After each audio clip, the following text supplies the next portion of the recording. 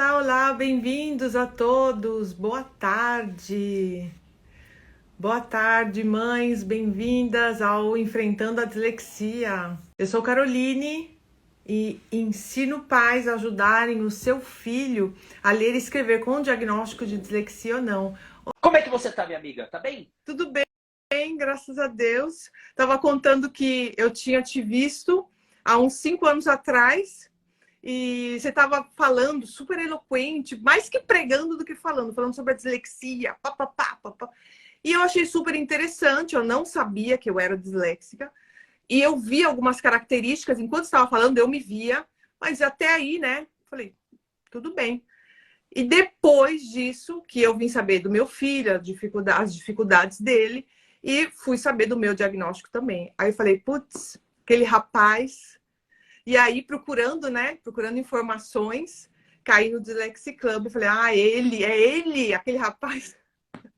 Que legal, que legal. Mas uma honra, minha amiga, estar aqui international. Você está na Itália, eu estou aqui no Brasil. Eu fico muito honrado pelo convite em ter essa troca, esse bate-papo sobre dislexia. Quero saber quem está animado. Olha só, quero ver aviõezinhos. Quero desafiar você que está vendo essa live. Está vendo esse aviãozinho que está aqui no canto? Quero desafiar você a compartilhar esse link para 5 amigos seus, para todo mundo aqui aprender mais sobre dislexia. E, Carol, muito obrigado, viu, pelo convite. Imagina, imagina. O prazer é meu. Estou muito feliz de poder conversar com você, ouvir a sua experiência. E eu vejo que você é um disléxico vencedor. Então, quero muito saber as estratégias e também a tua mãe. Quero conhecer, saber mais, porque a minha não sabia que eu era disléxica. Ela já faleceu, já está lá no céu com o Senhor, mas ela me dava muito incentivo, ela me dava muito apoio. E eu sei que a tua mãe também é uma mulher, né, de força. Muito presente, muito presente. Doutora Virgínia, eu chamo de doutora Virgínia, que minha mãe tem doutorado, mas eu chamo de doutora com muito carinho. Ela realmente, se não fosse por ela, este humilde disléxico que vos fala, não conseguiria metade do que eu consegui atingir na minha vida. Eu vou falando, Carol, algumas questões, me interrompa, tá? Caso Vai, você vai. queira, caso você quiser, mas basicamente até foi interessante a Carol ter trazido esses pontos aqui com a gente. Estou vendo aqui a live está aumentando. Gente, eu quero saber, você que está vendo essa live, de onde você é? Escreva aqui embaixo nos comentários para a gente saber a amplitude que a gente está chegando. E nesse ponto aqui que a Carol falou, pessoal, não sei quantos aqui estão anotando, mas anotem que é muito importante. Primeiro ponto, se você quer que o seu filho com dislexia tenha um certo, vamos dizer aqui, sucesso, e sucesso é relativo para cada um, sucesso é ele conseguir chegar aonde ele quer chegar. Para ele ter esse sucesso, tudo começa com uma boa base.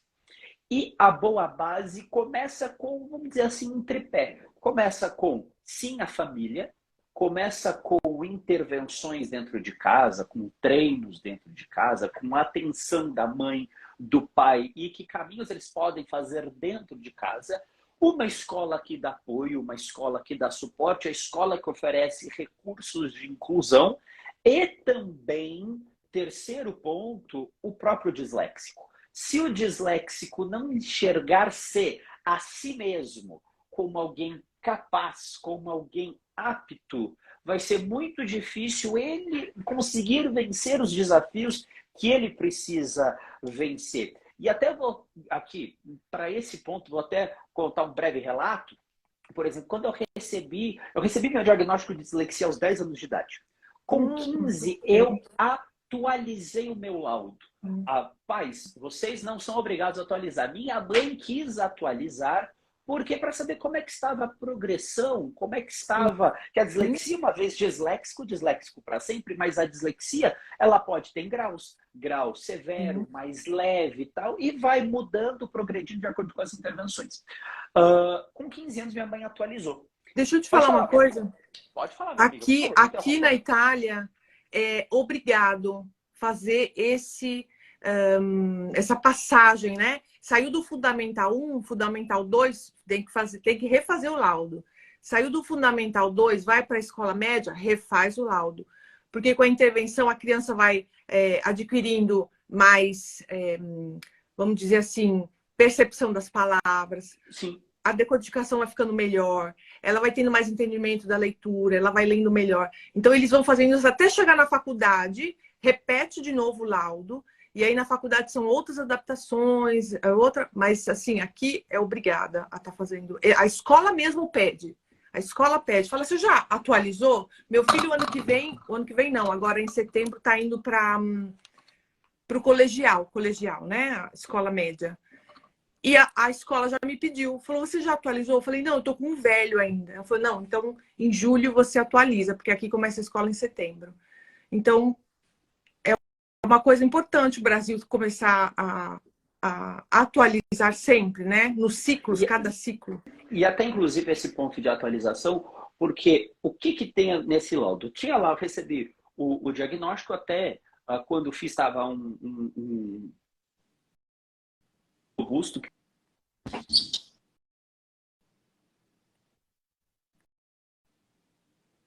Não tô te ouvindo. Não tô te ouvindo. Não tô te ouvindo. Não tô te ouvindo, Pipo.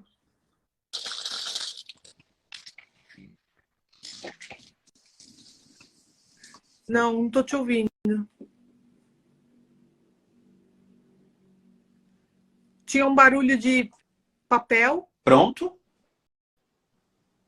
Sim. Agora sim. Conseguiu me ouvir? Sim, sim. Volta. Perfeitamente, Volta perfeito. onde Acho que onde você parou. Perfeito. Até que ponto vocês ouviram? Até que ponto você ouviu, minha amiga? Quando você começou a falar, você começou a explicar uma coisa, Aí já começou a cortou. cortar. Perfeito, perfeito. Então, a esse ponto de ter o laudo atualizado, ele é muito importante, porque até trazendo aqui um relato pessoal. Nesse laudo atualizado, que um laudo muito mais robusto daquele que eu tinha antes, estava, de certa forma, escrito lá que Felipe, que sou eu, tem inteligência acima da média para os sujeitos da idade. Aquilo foi transformador para mim. Por quê? Porque a minha vida inteira eu ouvia que eu não conseguiria porque eu sou disléxico, porque tadinho ele é disléxico, e pela primeira vez na minha vida eu ouvi que eu era acima da média em alguma coisa. Então, por isso que eu defendo bastante o laudo, porque o laudo mostra para a criança que ela tem o que ela é e como a mente dela funciona. Até respondendo aqui um comentário da Maressa, porque aqui a gente está falando e eu presto atenção em várias coisas ao mesmo tempo. A Maressa ela perguntou se deve contar, se deve falar para o filho. Evidente que você deve falar, não esconda a dislexia e o TDAH de ninguém. Fale com tranquilidade, fale com brandura.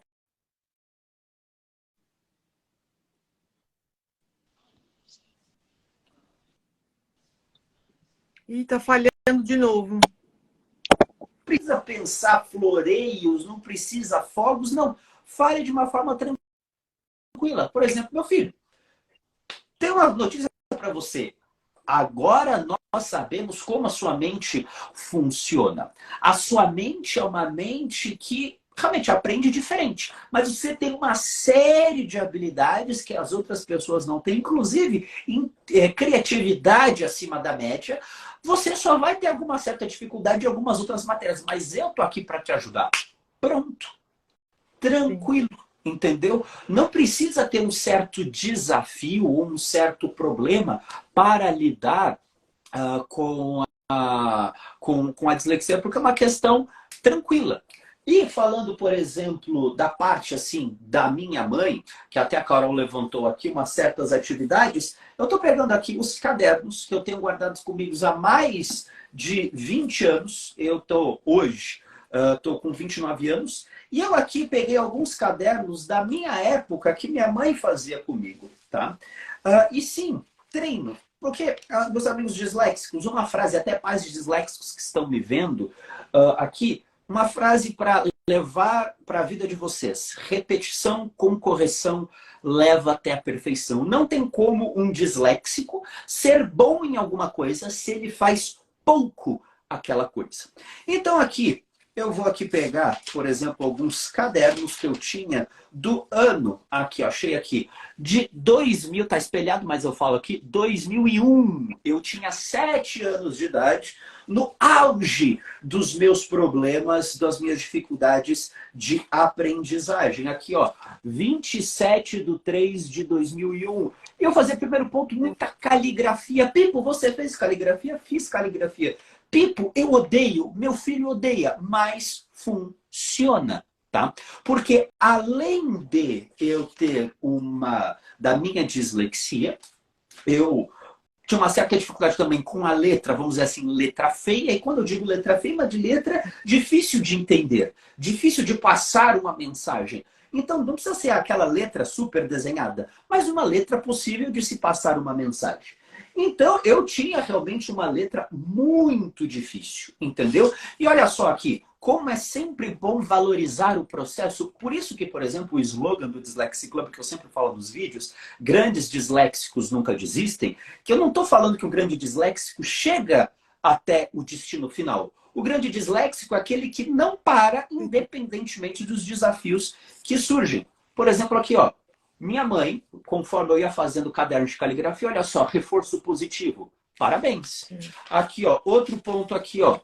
Bom, tá vendo? O reforço positivo para eu seguir fazendo, seguir na caminhada, seguir em cada uma das jornadas. Então, eu fui fazendo muito desses cadernos de caligrafia quando eu tinha 7 anos. Mas, Pipo, só cadernos de caligrafia você fez? Não, por exemplo, olha só, novamente, o que eu vou mostrar aqui, não quero que os pais pensem, preciso lotar o meu filho de atividades. Não, mas um disléxico precisa ter a mente sempre em movimento.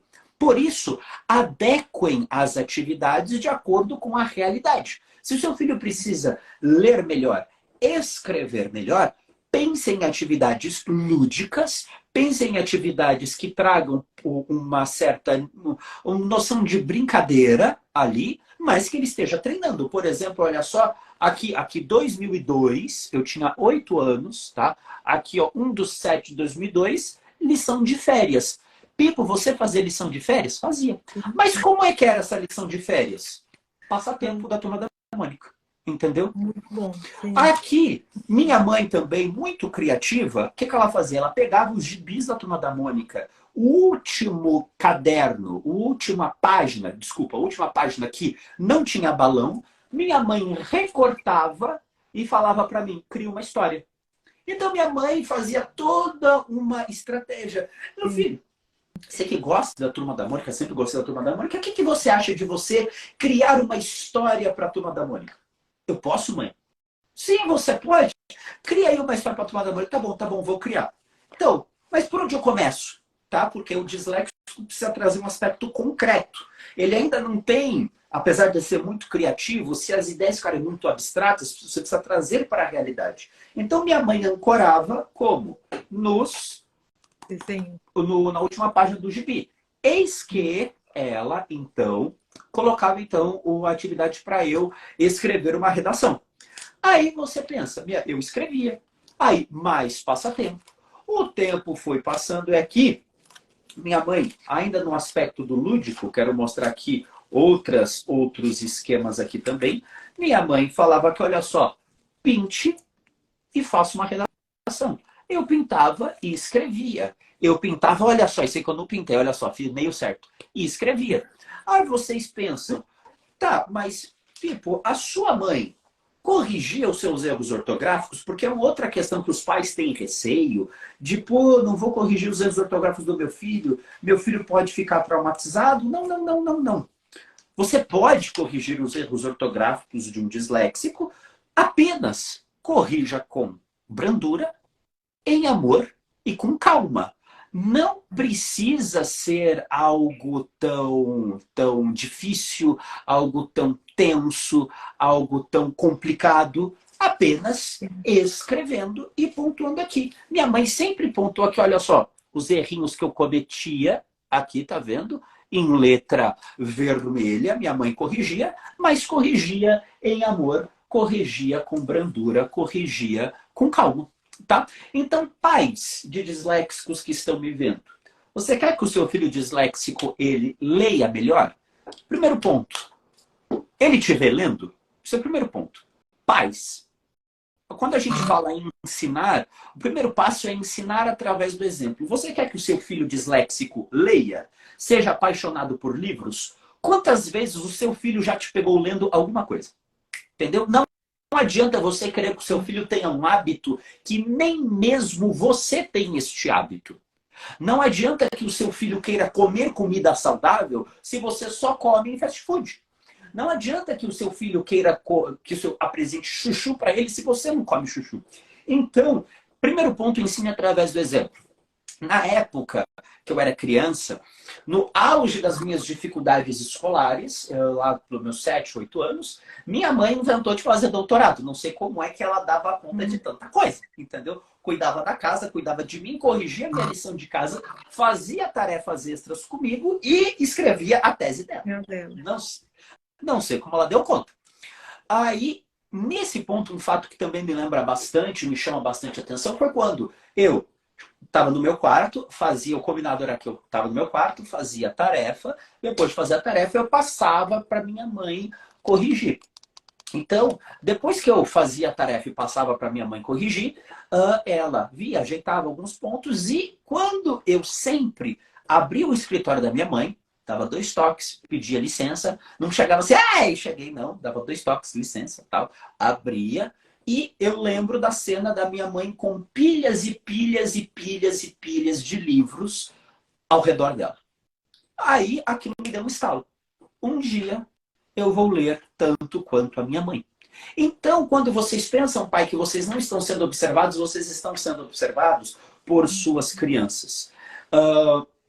E esse é o grande primeiro passo. Se você sente que o seu filho tem uma dificuldade na escrita, pense em atividades para ele escrever. Meu filho tem uma letra feia. Pense em atividades para ele também treinar a escrita. Por exemplo, aqui eu falei, por exemplo, de caderno de caligrafia. Mas, Pipo, meu filho odeia, meu filho detesta, meu filho não gosta e tal. Ok, temos 2 pontos aqui. Você pode fazer combinados com ele que em determinado momento, em determinado horário, ele vai fazer caligrafia. Uhum. Você vai estar do seu lado, vai estar junto, vai estar com você junto, você não vai estar ao lado dele, mas ele vai precisar fazer.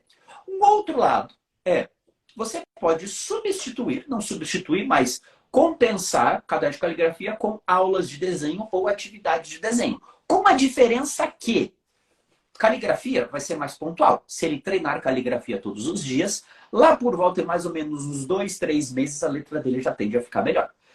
Aulas de desenho, por que aulas de desenho? Porque desenho treina a coordenação motora fina do disléxico. O disléxico também impacta na coordenação motora fina. Logo, se ele está treinando com aulas de desenho, mais ou menos no longo prazo de 6 meses, 8 meses, 9 meses, você já consegue perceber a letra dele sendo melhor. Por que desenho? Porque além da coordenação motora, o que é a letra, a caligrafia, se não um desenho? É um desenho que transmite um código, que transmite uma mensagem. O que é um triângulo com um traço no meio? A letra A. O que são 2 bolinhas, uma em cima da outra, cortadas pela metade? A letra B maiúscula. Então, também com aulas de desenho, tende a melhorar na caligrafia, porém, o resultado você vai perceber mais a longo prazo. Se fazer caderno de caligrafia mais tempo, você tende a perceber esta evolução. Falei muito, minha amiga. Sim, mas falou coisas ótimas. Pegando um gancho aí que você estava falando sobre o espelho, né? Sim. A mãe e o filho, você que via a tua mãe com as pilhas de livro na mesa. Eu percebi isso quando meu filho, com 8 anos, foi diagnosticado. E eu falei, e aí, agora? Eu fui diagnosticada, eu falei, como é que eu vou fazer para mostrar para ele que ele pode? Uhum. Sendo que eu não tinha conseguido. E aí fui estudar. Voltei para a faculdade. Agora estou fazendo uma pós. Fiz cursos aqui na Itália. E aí ele entra no meu quarto. Enquanto estava falando, eu me veio a cena, porque meu filho faz a mesma coisa, bate, entra, mamãe. E eu tô aqui com computador, livro, caderno, preparando coisas com trabalho. Eu não só dou aulas e mentorias para mães, mas também eu dou aula de português para italianos. Que Então eu legal. tenho um curso à parte, só para italianos. Então, assim, é uma correria e ele vem e pergunta e ele vê. E hoje eu me emocionei muito porque eu li um tema dele, uma redação, que aqui na Itália chama tema, né? E na redação estava escrita, a professora falou assim, lê o rascunho, Carol. A professora me ligou, porque até a professora se emocionou, a professora de italiano dele. Aí eu falei, vou ler. Aí na parte final estava escrito, a redação era, como você se vê daqui no ano de 2050? E no final ele escreveu, eu vejo a mamãe vendendo muitos cursos de português para italianos. Que legal, que Aí bênção. eu me emocionei assim, mas eu falei, meu Deus, quer dizer que esse menino tá me vendo, ele tá vendo o meu trabalho, ele tá vendo o meu esforço. Ele quer isso também para ele. Porque a profissão que ele escolheu era tipo professor de computador, informática. Então, assim, esse espelho é fundamental para os pais, né? Para os filhos. É fundamental você refletir, como você falou, você está lendo. Se você não estiver lendo, não espere que seu filho leia, né? Essa parte é fundamental. E uma moça aqui, a professora Beth, escreveu assim: meu filho teve diagnóstico aos 6 anos, agora na adolescência ele nega a dislexia e não aceita ajuda. O André também teve isso. Ele não, no início ele não aceitou. Até uns 10 anos ele não aceitava. Aí eu comecei a mostrar para ele os atores americanos, Spider-Man, Tom Cruise, Albert Einstein. Tanto é que agora no final da escola média aqui na Itália, que seria o 9º ano no Brasil, você tem que fazer um mini TCC, que é uma tese, né? Ir lá falar na frente da bancada dos professores, diretores, e depois faz um teste final. E o que ele vai levar no TCC dele? Albert Einstein, que foi um dos que eu mostrei para ele. Então, quando você mostra coisas que o seu filho gosta, né? Personagens importantes que o seu filho admira, tudo muda. É uma chavinha que faz assim, e aí ele fala, ok, eu posso também, eu vou conseguir. Excelente ponto. Até inclusive respondendo essa mãe, tem um vídeo meu no YouTube, 5 vantagens de ser disléxico. É que esse vídeo é um bálsamo para muitos disléxicos que não se aceitam.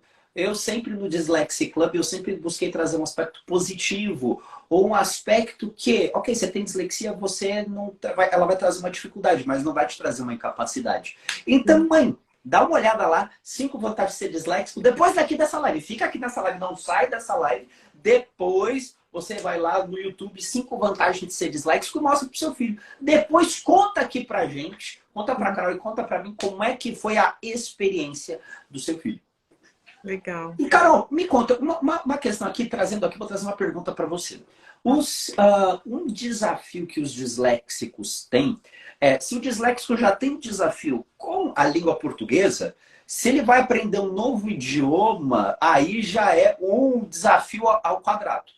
Quero saber, Carol, como é que foi para os seus filhos se adaptarem na Itália com um novo idioma, novos amigos, nova cultura? A gente sabe, o italiano tem um pouco de similaridade com o português, mas tem questões diferentes. A questão do plural é um pouco diferente. Como é que foi para eles se adaptarem e como é que foi para eles essas questões de idioma, comunicação? Então, na verdade, eles nasceram aqui. Olha Eles só. são metade brasileiro, metade italiano, mas eles nasceram aqui. Meu marido é italiano. Não, meu marido, ele é napolitano, ele não é italiano. Ah, sim, Porque sim. você sabe, né? Todo Sim. napolitano é napolitano. Napolitano. Então, na verdade, eu tive essa dificuldade, porque chegando aqui, por mais eu trabalhei muitos anos na Itália, em São Paulo, no aeroporto de Guarulhos, e já falava italiano. Mas assim, uma coisa é você trabalhar no Brasil falando um idioma, uma coisa é você vir para um país onde fala o idioma e começar a falar desde açougue até médico, né? Escola e detalhes, coisas assim, até falar com a porteira do prédio. Então foi bem complicado. E qual foi a minha tática? Eu, como disléxica, que depois eu percebi que isso é uma tática, porque até então eu não sabia que eu era disléxica. Eu parei de falar o português por um período. Eu obriguei o meu marido a falar italiano comigo. Então eu só falava italiano, eu só escrevia italiano, eu só cantava música em italiano, eu fazia tudo em italiano. Quando as crianças nasceram, aí sim, eu voltei a falar português, porque eu já me sentia segura. Eu sabia, eu dominava o italiano. Então, aí sim, eu comecei a falar português e italiano. Tanto é que agora as crianças falam português e italiano. O André tem mais dificuldade, claro, por ser disléxico. Ele fala o inglês como ele escreve. Então, how do you do? Ele escreve ha, do, Entendi. you Do you do. do? Entendeu? Mas ele fala bem, mas ele escreve o que ele fala. Sim. Mas até aí tudo bem. Daqui a pouco ele cresce adulto e tudo muda, né? Não é um problema. A escola aceita por um fato de, como eu te falei, aqui a lei está desde 2010, então as escolas adaptadas, professores atualizados. Tem professor que não aceita, que ainda é meio quadradão, antigo, né? Mas a maioria das escolas não tem muito problema. Assim, eu me sinto muito segura com isso. E quem sabe, agora com essa nova lei no Brasil, tudo é muito recente, eu sei, eu entendo, mas quem sabe comece a mudar, as mães comecem a se sentirem mais seguras, né? As escolas comecem a dar essas adaptações, essas comodidades que são tão importantes, né, para as crianças disléxicas. Entender que uma criança lê e é como se tivesse uma bicicleta ergométrica correndo e se cansa, porque ela está lendo, ela cansou. Entendeu? Entender isso, mas eu creio que devagarzinho isso vai acontecer no Brasil também. Com certeza. E me fala, Mimico, como é que é aí na Itália, só para a gente sentir aquela invejinha boa, como é que é aí na Europa? Eles dão o suporte para os disléxicos? Como é que é a relação com a escola? Porque aqui no Brasil, ah, a pessoa tem que, se é mãe ou pai de disléxico, parabéns, você ganhou o prêmio de ser o pai brigão com a escola. Vai ter que brigar com a escola para ter os direitos a uma hora mais de prova, um leitor para ler as questões para ele, não perder ponto por erro ortográfico. Tem várias questões. Sim, você pode apontar o erro ortográfico, mas não tire ponto dele por erro ortográfico. É uma característica do disléxico, ele vai fazer isso. Então, como é que é aí na Itália a questão do suporte na escola? Como é que funciona? Então, aqui, pelo fato da lei estar né, desde tanto tempo, já tem essa, vamos dizer assim, essa atualização, né? Os professores, a escola já estão Que adaptados maravilha! para receber esse público, porque não é aqui é tão interessante, a mente das pessoas é tão aberta que não é só a criança ou o professor que tem que um se adaptar com o outro. A mãe aqui faz cursos. A fonoaudióloga do meu filho falou assim, Carol, quando a gente começou, tal, aquela correria, fono, psicólogo, neurologista, Carol, vai fazer um curso na Associação Italiana de Dislexia? Aí eu, aonde? Aí ela falou, olha, vai assim, o curso é esse, o curso é para pais.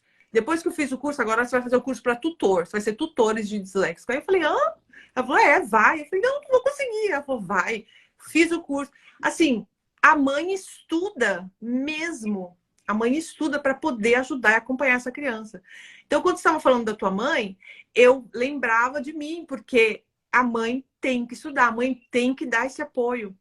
Entendeu? E é importantíssimo esse apoio. E eu creio, eu acredito que essa faz toda a diferença na família, né? Porque o pai vai ver de um outro ângulo. Meu marido mudou a mentalidade.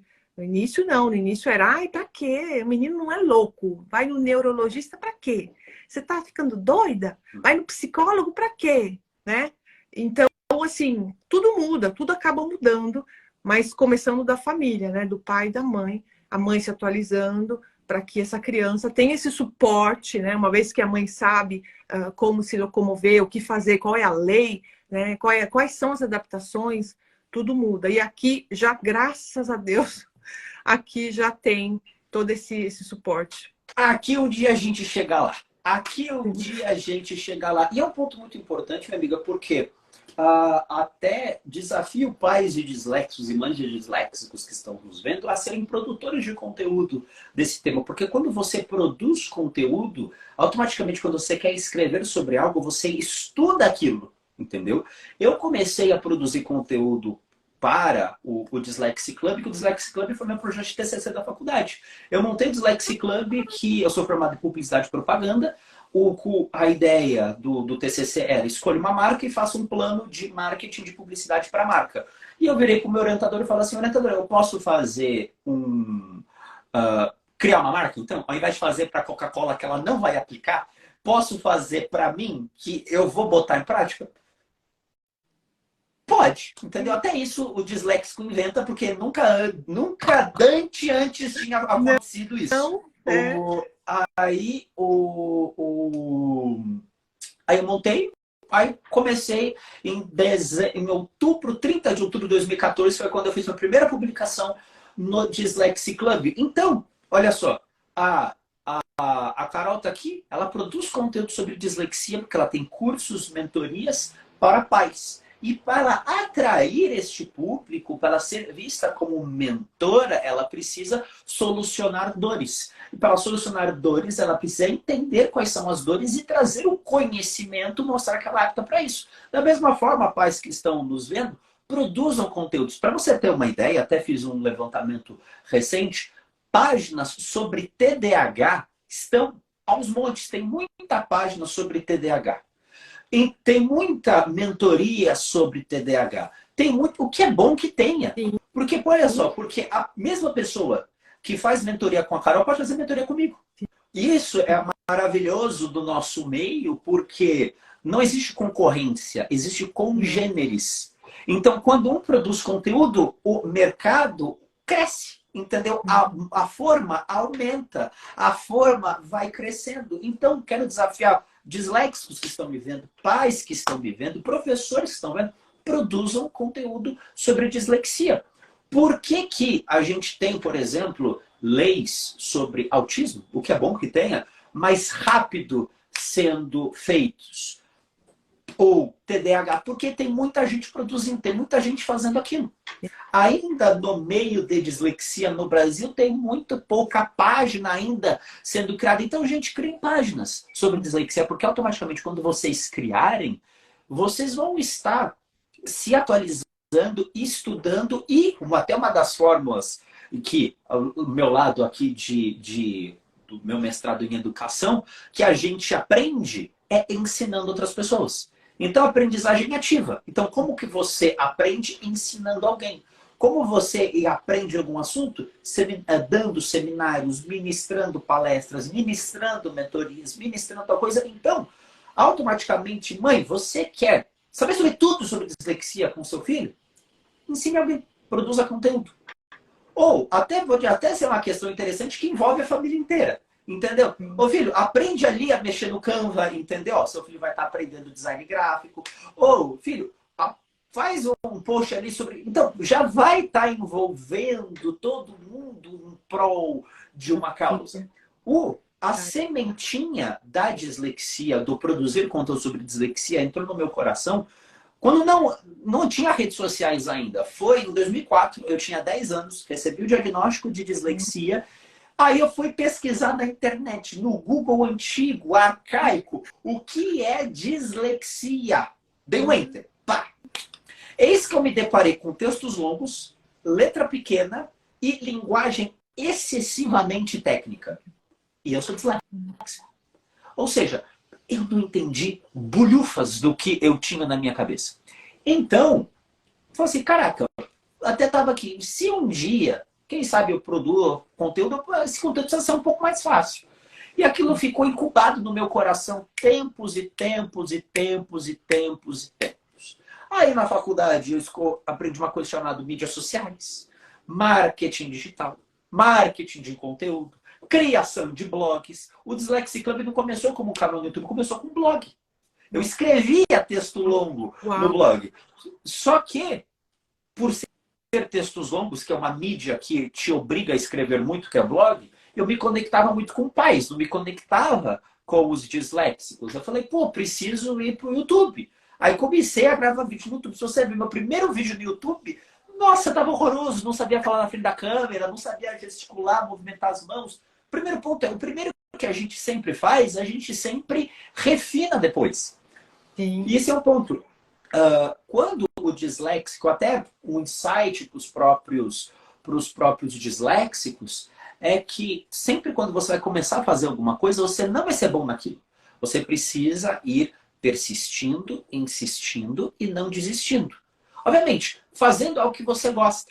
Até teve um colega aqui em cima que pontuou, Pipo, fala sobre característica da dislexia além de leitura e escrita. Vou falar por exemplo, que é 2 ao mesmo tempo, que é coordenação motora ampla e coordenação motora fina. Disléxicos tendem a ter dificuldade na coordenação motora. O que pode ajudar com isso? Coordenação motora ampla, a prática de esportes. Entendeu? Tem que ter em mente que o esporte, no começo, ele não vai ser aquele grande atleta. Ele vai demorar um pouco para, por exemplo, no vôlei, ele conseguir pegar o objeto, conseguir fazer o levantamento, conseguir fazer a manchete. No futebol também, no começo, 1, 2, mas vai indo, vai evoluindo, vai, e vai, entendeu? Então, até o ponto, os disléxicos pensam que eles tentam uma coisa uma vez, tem alguma experiência ruim, isso não é para mim, e cai fora. Não. Tentem mais algum pouco, vejam alguma atividade que vocês gostam de fazer, porque vocês vão evoluindo. Até, por exemplo, eu vou dar um exemplo aqui para os disléxicos que não são lá muito bons com futebol, como eu sou. Joga no gol, entendeu? Joga no gol, porque você não tem obrigação de pegar a bola, só precisa espalmar a bola. E também, se você levar o gol, você bota a culpa na defesa que não defendeu direito. Entendeu? Então, pronto, você já se tira da situação. Mas o ponto é, esportes são muito bons para coordenação motora.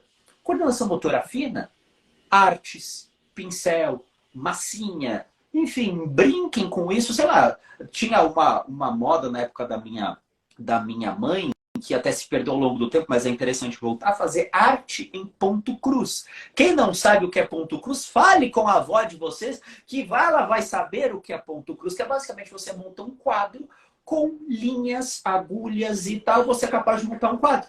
Então, isso treina a coordenação motora. Acha alguma atividade, acha um assunto que você, meu amigo disléxico, gosta, e você cria atividade em cima disso. Faz sentido, minha amiga? Sim, com certeza. Ó, você vê como faz todo sentido aqui. O que a fono fala para a criança fazer? Judô, taekwondo, aquele outro lá, como chama? Aquele outro, karatê. Karatê.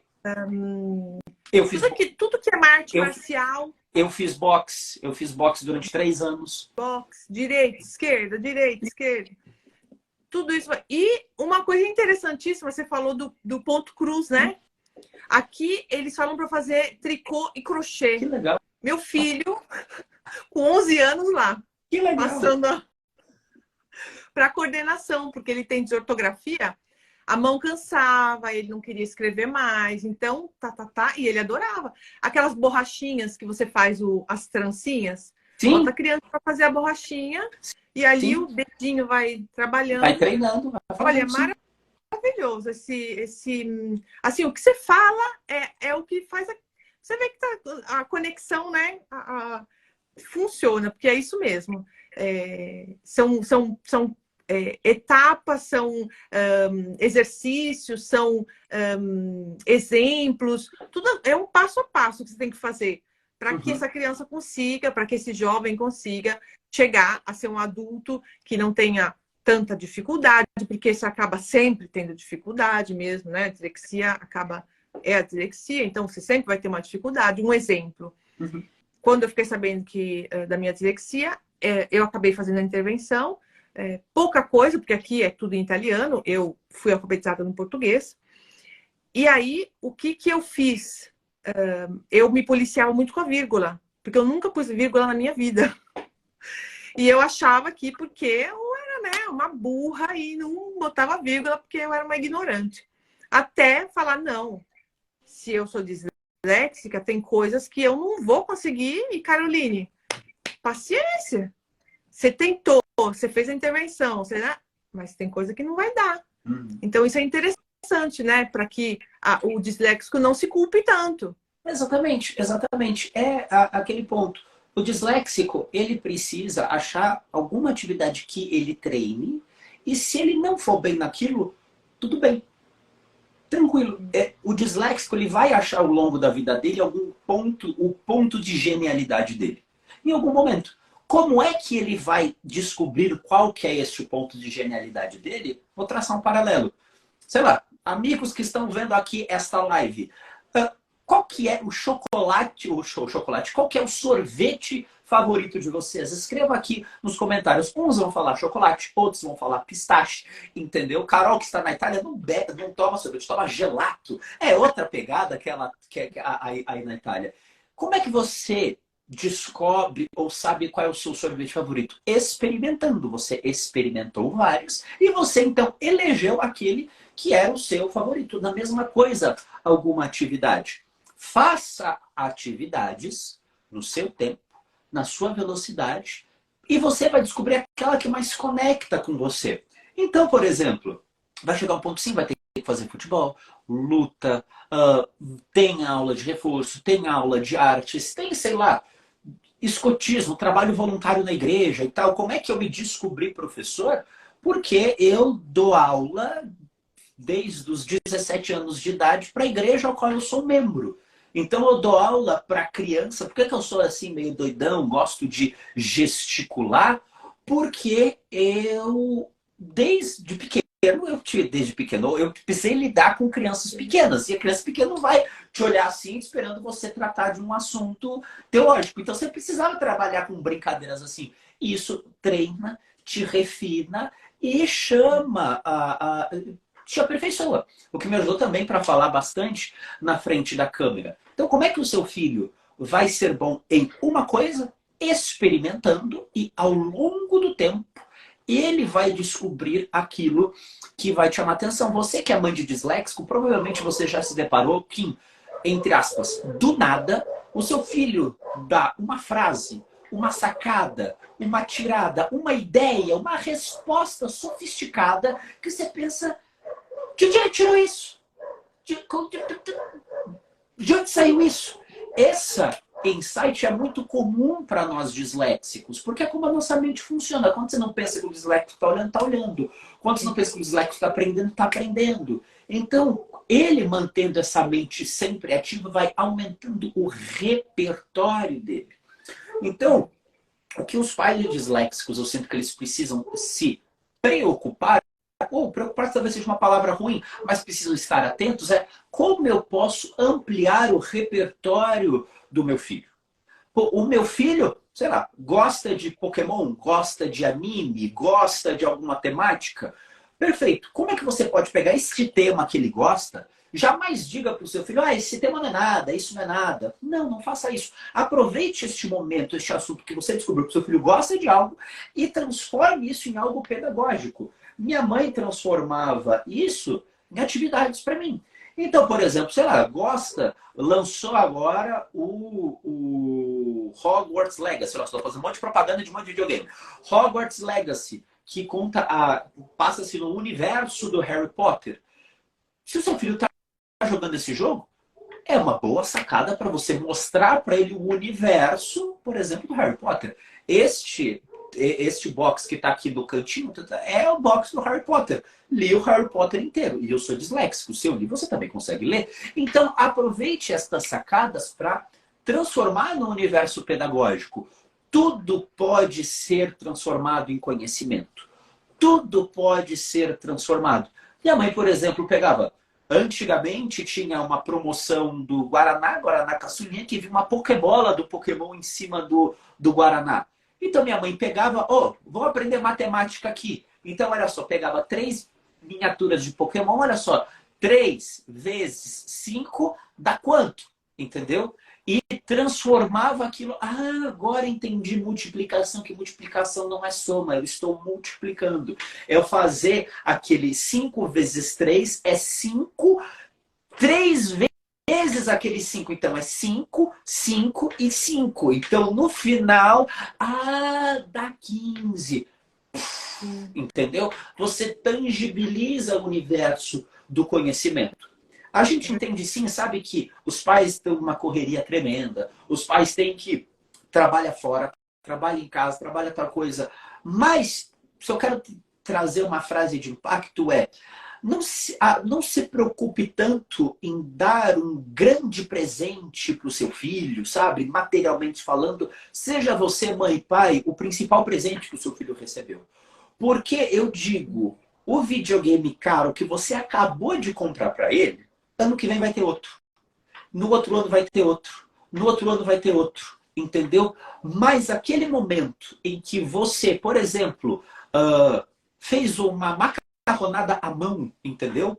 Pegando o tema aqui da Itália, comprei uma maquininha de macarrão, montei aqui o macarrão, inclusive até nesses momentos, olha só como uma coisa conecta na outra. Eu lembro da minha avó, entendeu? Também de família italiana, sabe? Macarronada de domingo, quando a avó tá cozinhando, o almoço de domingo, o almoço sai meio-dia, mas ela não tá 11 horas, tá desde as 8 da manhã cozinhando.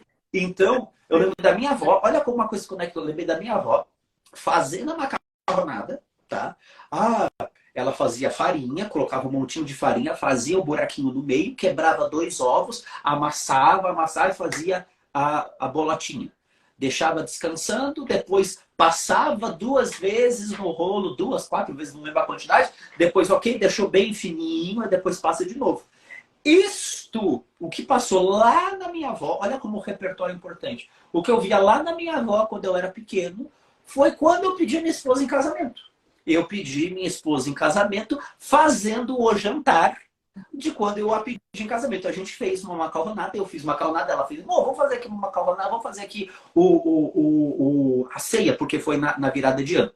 Foi numa virada de ano. Vamos montar aqui? Pô, vamos. Aí a gente fez a massa, fez o molho, fez uma coisa aqui que envolve a família inteira, entendeu? Envolve tudo e fica algo especial.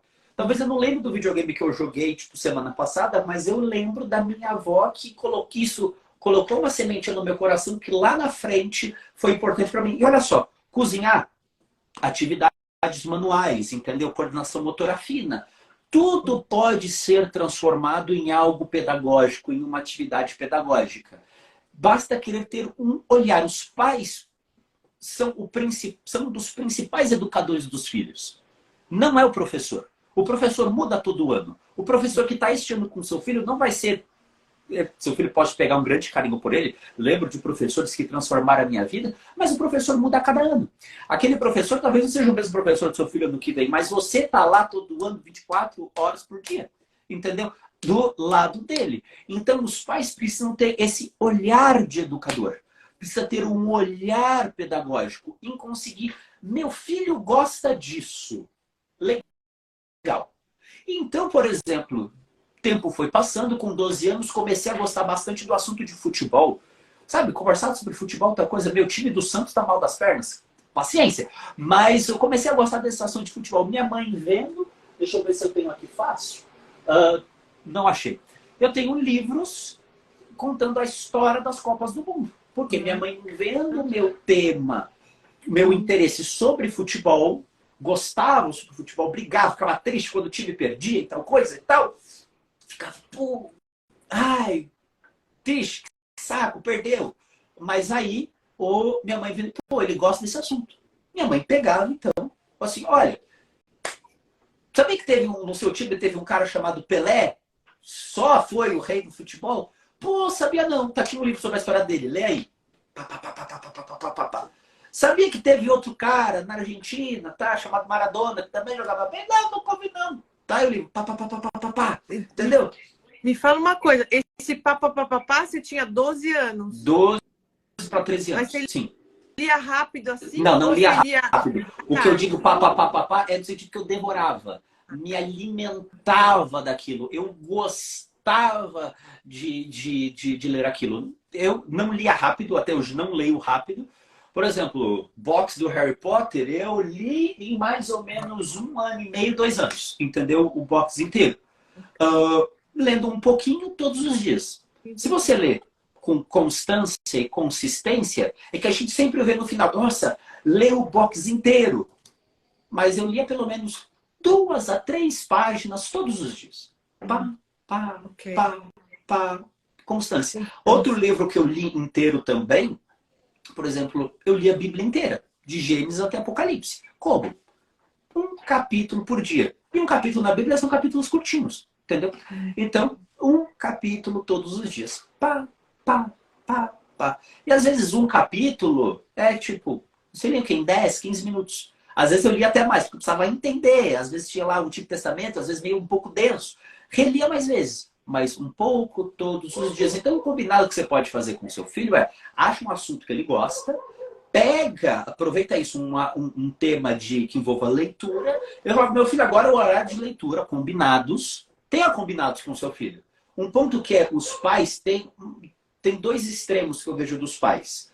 Pais que às vezes eles são severos demais e pesando a mão, e outros pais que têm medo de serem exigentes. Ser exigente não é ser grosso, não é ser grosseiro, não é ser ríspido. Ser exigente é você ter regras claras e você cumprir ou fazer-se cumprir essas regras claras. Minha mãe era exigente comigo para eu fazer essas atividades, mas ela nunca foi grosseira comigo. Minha mãe era exigente para, por exemplo, minha mãe, ela não, por exemplo, ela não permitia que eu falasse gírias dentro de casa. Mano, tipo, tal, lá fora com seus amigos. Aqui dentro de casa você não vai falar gíria. Tá bom, mamãe? Perfeito. Minha mãe não era grosseira, não era estúpida, mas tinha regras muito claras, muito bem definidas do que podia ou não podia fazer. E os pais precisam ter esse equilíbrio. Às vezes é difícil achar esse equilíbrio, tá? Mas o ponto é, não seja tão estúpido ou estúpida, nunca não faça isso.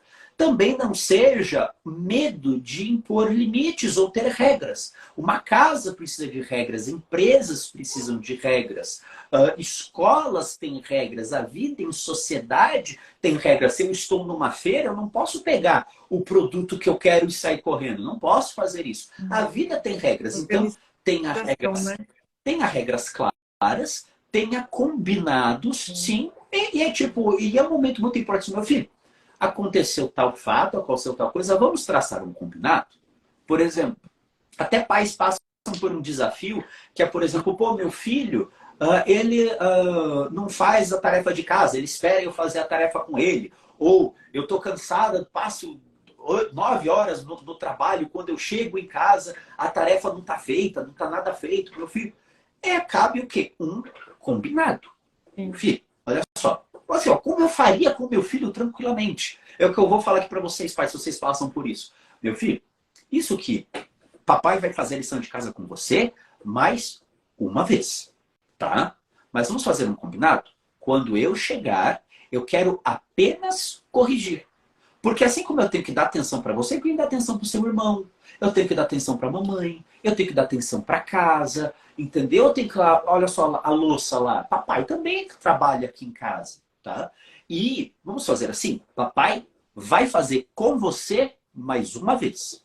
Mas se amanhã não tiver feito, filho, você vai entregar sem fazer. Aí o seu filho vai te testar. Porque nós, filhos, quando a gente é mais novo, a gente testa os pais. A gente testa ver. Ele vai te testar. Filho, você fala tranquilo, não precisa levar a voz. Não, tranquilo. Filho, qual foi o combinado? Que se você não tivesse feito, eu não vou fazer contigo, tá? Então, qual era o combinado? Que você não ia fazer hoje. Perfeito. Não vou fazer. Ah, mas aqui não tem como fazer tal coisa. Meu filho, qual era o combinado? Perfeito. Combinado, claro.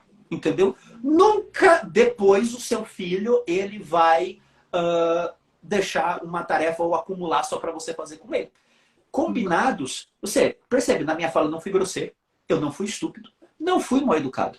Eu fui tranquilo, fui amoroso, fui zeloso. E isso, essa comunicação, os pais precisam retomar bastante com os filhos, porque são isso que vai gerar. Talvez você vai ficar com muita raiva de você naquele momento, mas isso vai gerar uma memória preciosa para ele. Porque isso você está pedagogicamente ensinando para ele como ele vai tratar o filho dele lá na frente.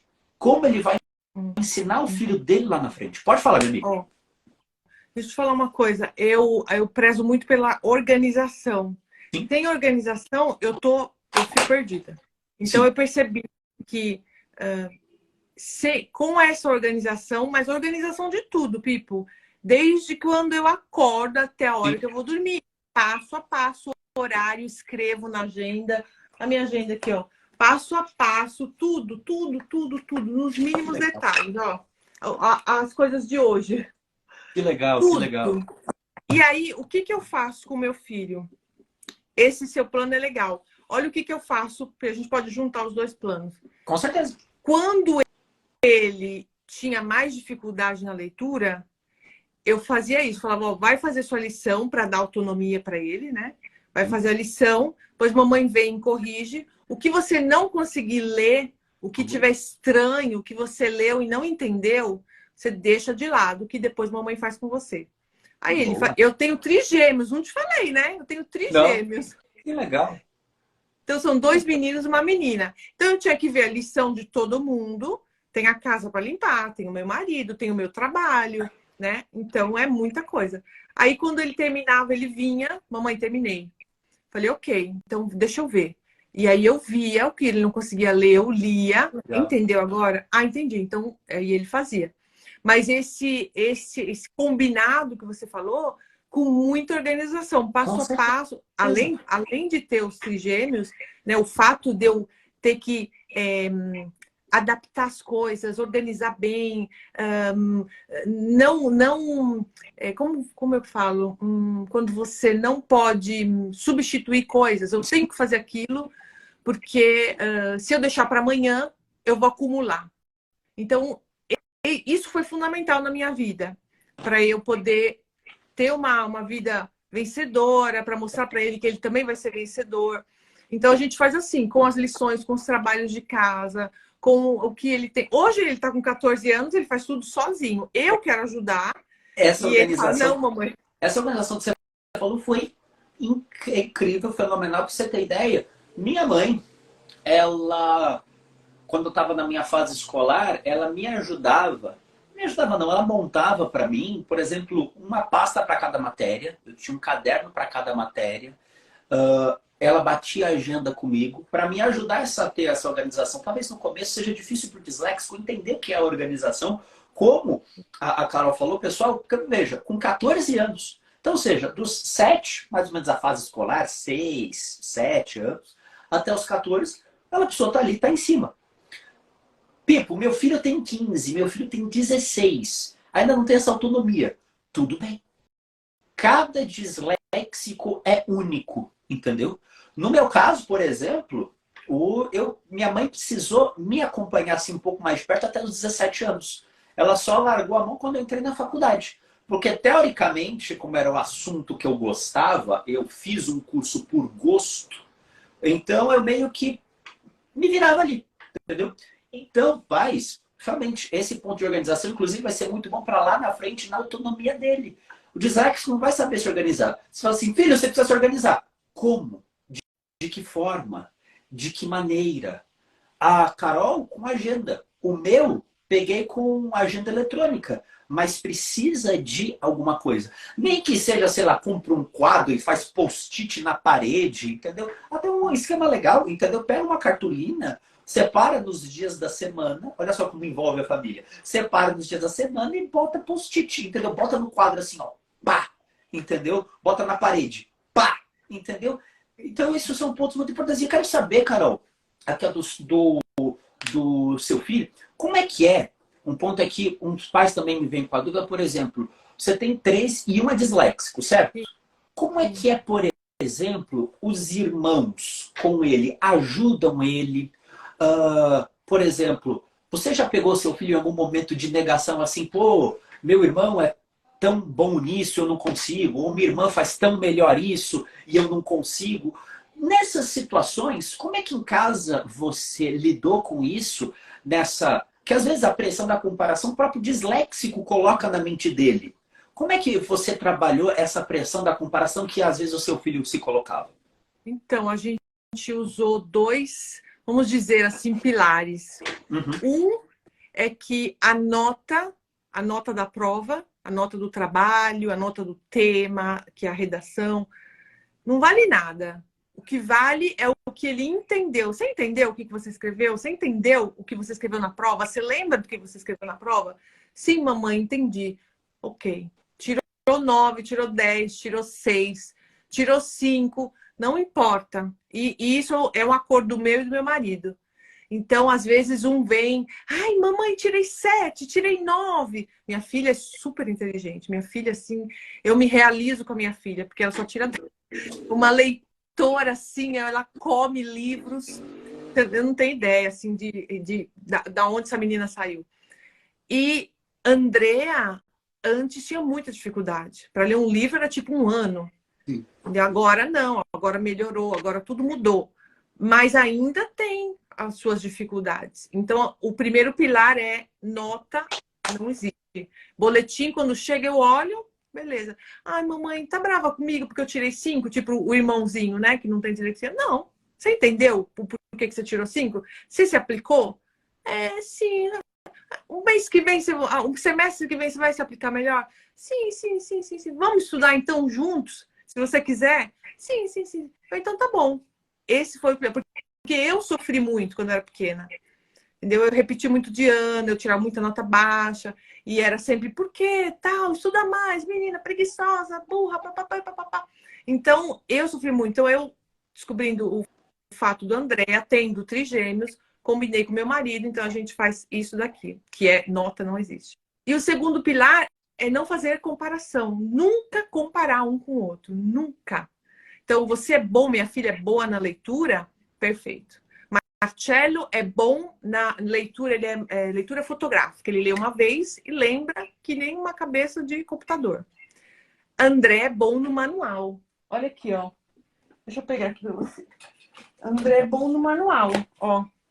O que ele faz de papel? Que legal! Espada de papel, ó.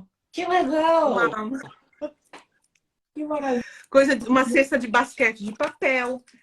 Então, aonde eles são bons, a gente enche de elogios, a gente enche de nossa, como você é forte nisso, você é maravilhoso, meu filho, meu Deus, vamos fazer. Eu já até falei pro meu filho, vamos fazer uma amostra só de acessórios de papel. Porque você é muito bom nisso, André. Então, assim, esses dois fundamentos é o que reina aqui em casa. E a gente vai levando e tá dando certo. Então, esse é um ponto muito importante, porque uma palavra-chave, anotem aí, pais, isso. Não trabalhem com comparações. O ponto é, porque o seu filho tem potencialidades. Se você falar, olha, mas o seu primo, ele lê mais do que você.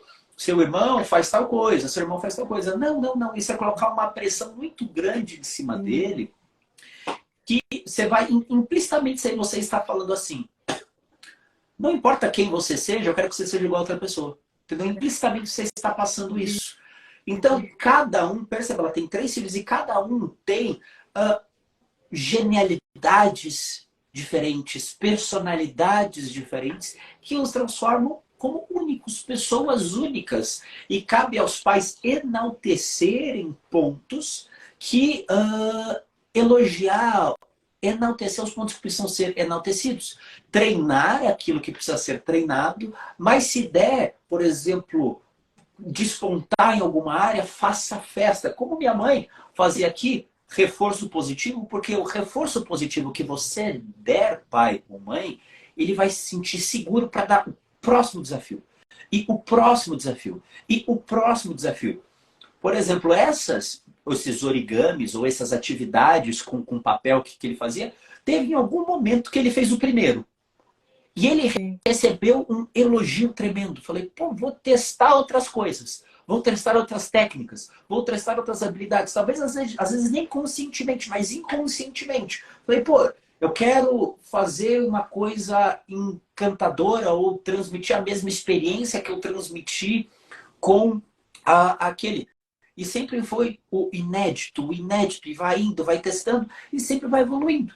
Então, pais, achem realmente alguma atividade. Qual é vamos dizer assim, zona de genialidade do filho de vocês, ou que seu filho gosta bastante, e faça uma festa assim, quando der um passo, outro passo, outro passo. em outro passo, que você vai ver a grande evolução que seu filho tiver. Correto, minha amiga? Maravilhoso, é verdade. Eu estou vendo o pessoal escrever aqui, cada um escreve uma coisa que o filho está fazendo, maravilhoso, é isso mesmo. Quanto mais a gente incentivar. Você viu o post da Carla? Tem uma moça chamada Carla, escritora, ela é disléxica também. Ela colocou um post muito interessante de um garotinho, ele mora em Londres, ele é inglês, e ele começou rabiscando a parede de casa, até que a mãe dele, olha como a mãe é importante, com um olhar, né, profundo, viu que tinha ali uma arte. Agora o menino tem 12 anos e é um dos maiores artistas modernos da Inglaterra. Então, assim, ele é chamado para desenhar paredes, para pintar e fantástico. Quando a mãe tem essa, né, esse olhar aí, falando, olha, meu filho, dislexia, esquece dislexia, olha, vai além da dislexia, né? Nossa, tudo transforma. A casa transforma, a criança é outra, e até para ele mesmo, o lado psicológico, né?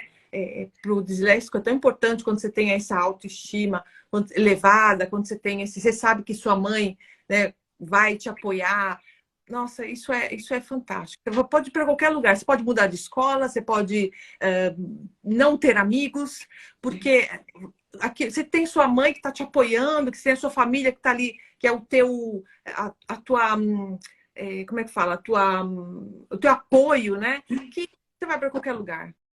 Exatamente, Isso é muito bom. exatamente. Pipo, me fala uma coisa para a gente terminar, que Claro. já deu quase uma hora. Que eu estou muito interessada, eu queria saber muito sobre como foi quando você entrou na faculdade. Porque você falou que fez Mackenzie, né? Eu Sim. fiz Mackenzie também, mas eu fiz Olha magistério. E, só, muito bom, é, muito bom. Muito bom. e Como é que foi minha experiência na faculdade? Eu fiz publicidade e propaganda, um minutinho, um golinho. vai. Porque é isso, galera, a live não para. Entendeu? Você que chegou agora na live, escreva qual é o ponto de genialidade do seu filho. O que que seu filho manda muito bem? Escreva aqui embaixo pra gente saber.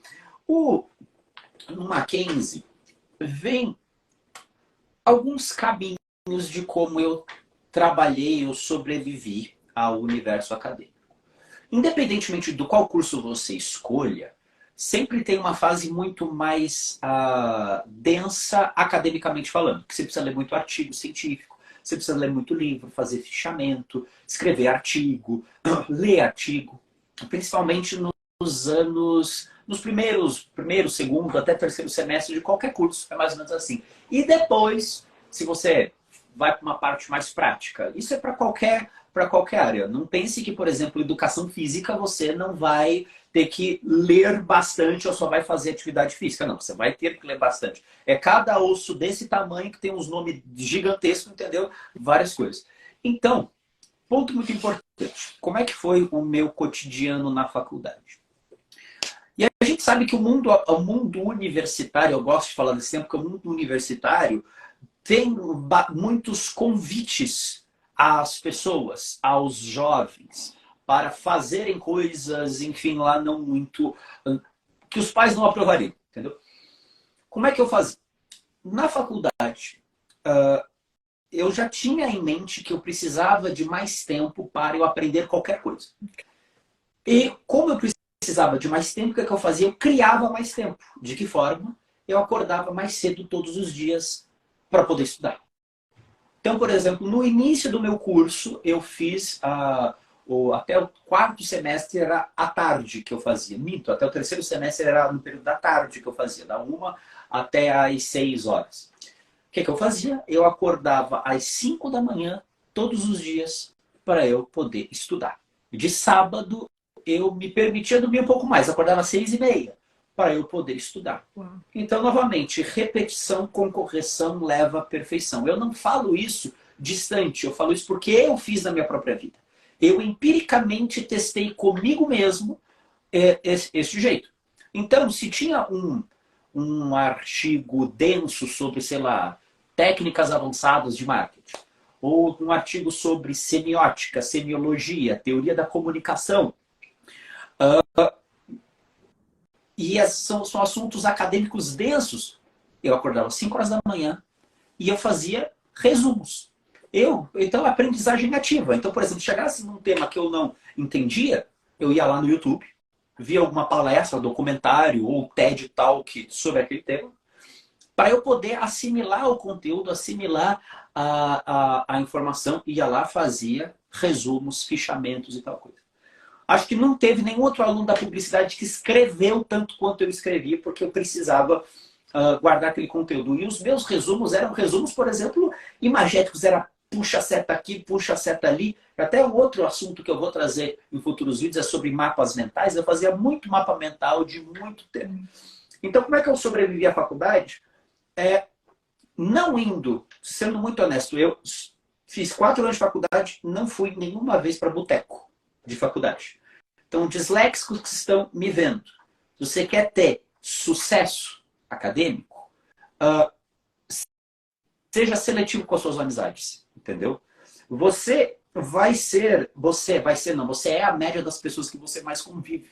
Então, seja seletivo com quem você se permite se conectar com você.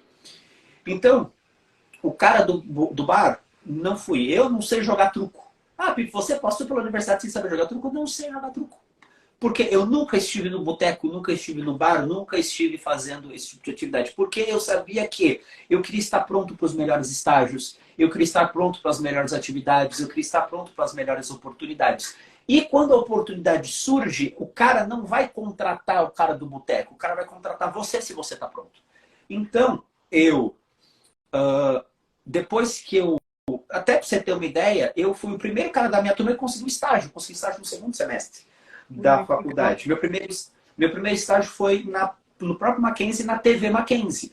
Eu era assistente de produção, então pega cabo, tira cabo, pega cabo, despluga cabo, acompanha o repórter na gravação, decupa a gravação. Então, muito do que eu vi os repórteres fazendo, muito eu faço hoje. Aqui, como se portar num vídeo, como gesticular, como estar bem enquadrado, como chegar na frente da câmera. Então, tudo isso eu aprendi vendo as pessoas. Por que eu consegui estágio logo cedo?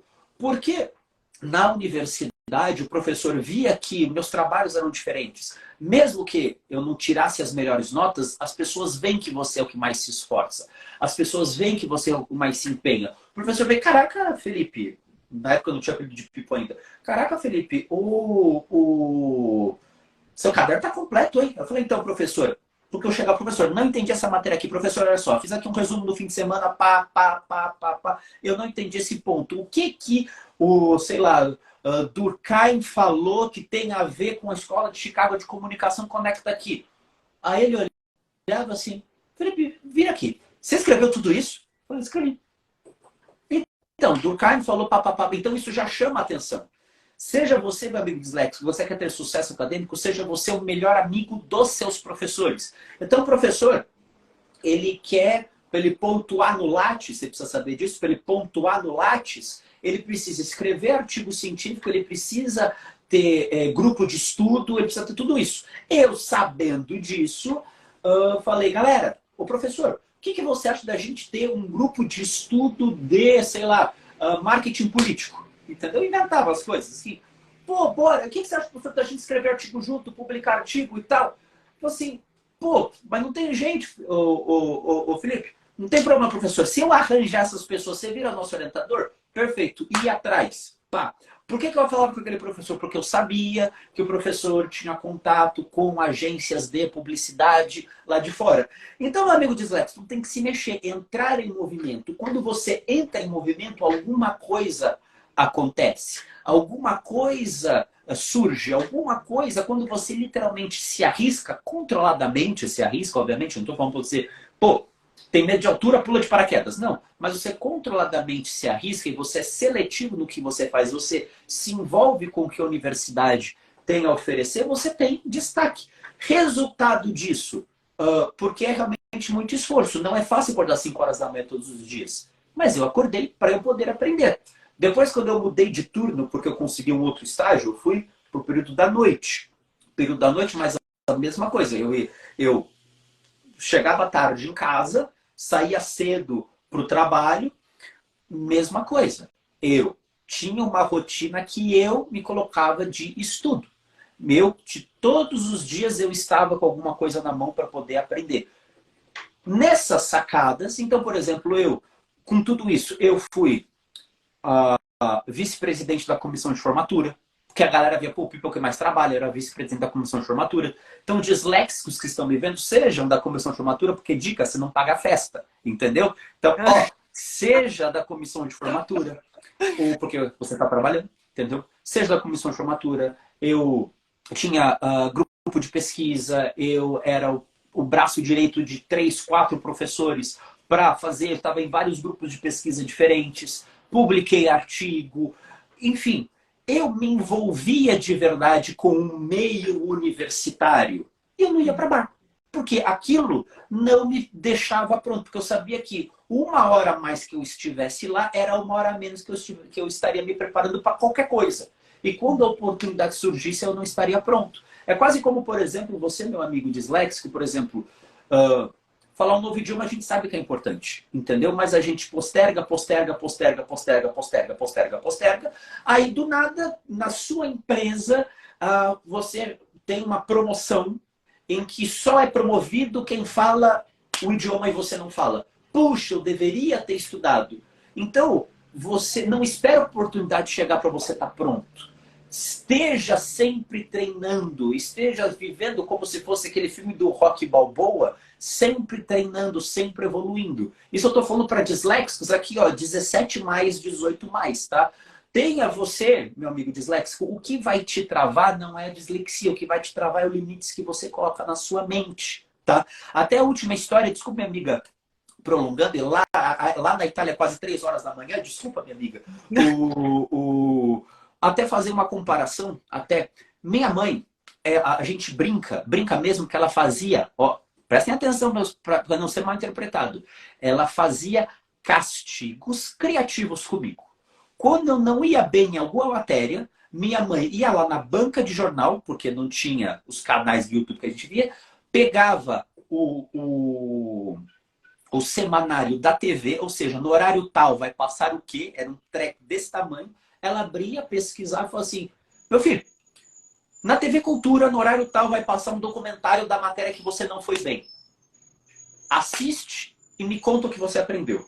Eu assistia, depois contava, treinando oratória ali, entendeu?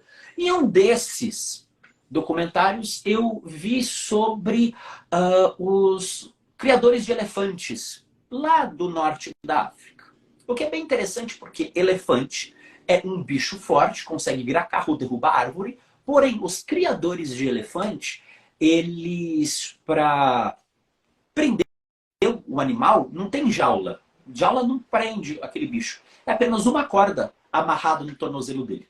Uma corda, fina, não é nem muito grande. Se ele fizesse assim com a perna, pá, quebrava a corda.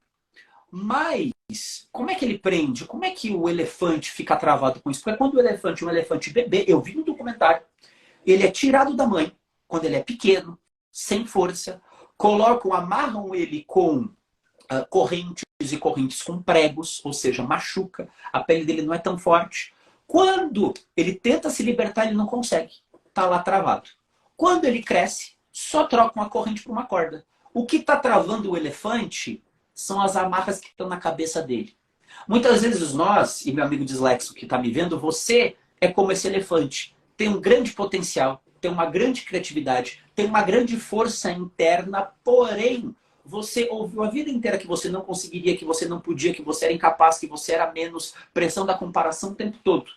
Mas saiba, quando você tira essas amarras da sua cabeça, você usa todo o potencial que você tem.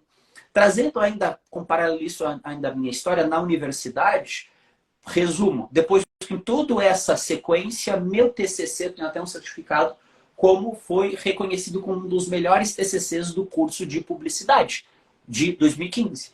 Tempos depois entrei no mestrado novamente.